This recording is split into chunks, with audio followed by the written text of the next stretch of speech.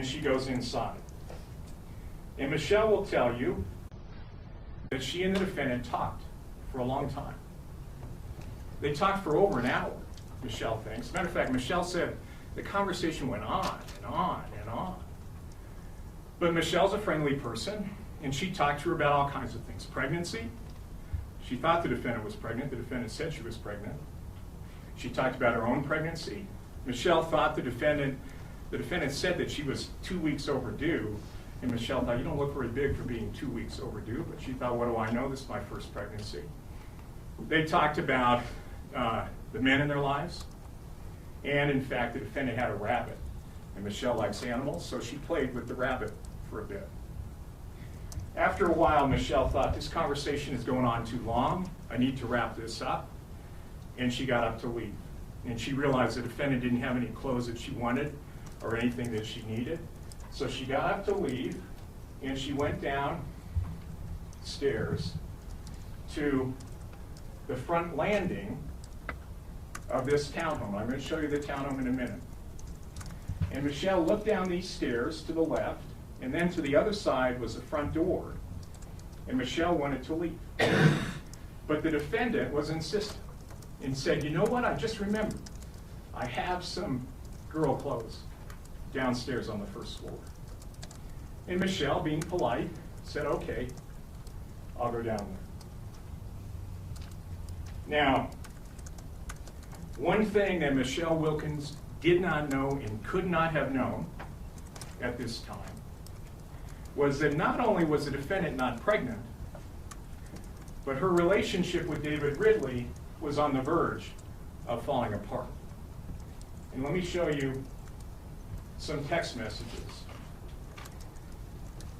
David Ridley, again, you'll hear from him this afternoon, who'd been told by the defendant for months and months and months, over a year, that she was pregnant, was beginning to have some real questions that could not be answered.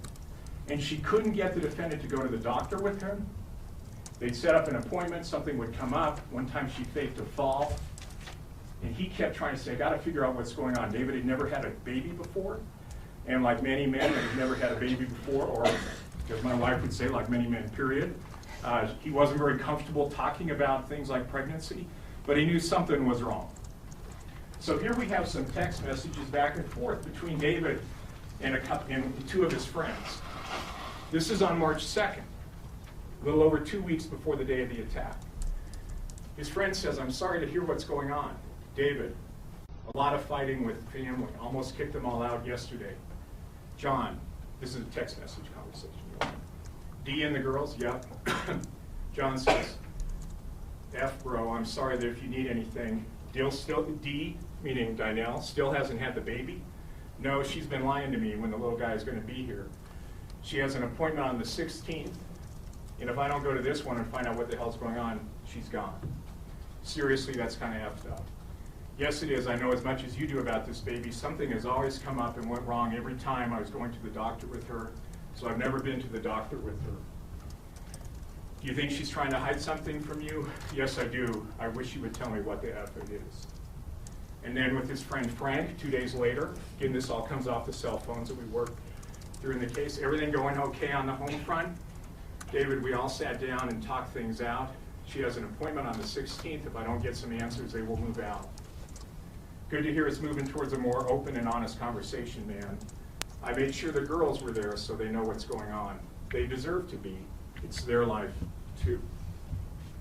So Michelle didn't know that the defendant wasn't pregnant. And that she also didn't know that she was desperate to come up with an explanation for this fake pregnancy for David Ridley, because her relationship with him was falling apart. And not knowing these things, she agreed to go down into that basement.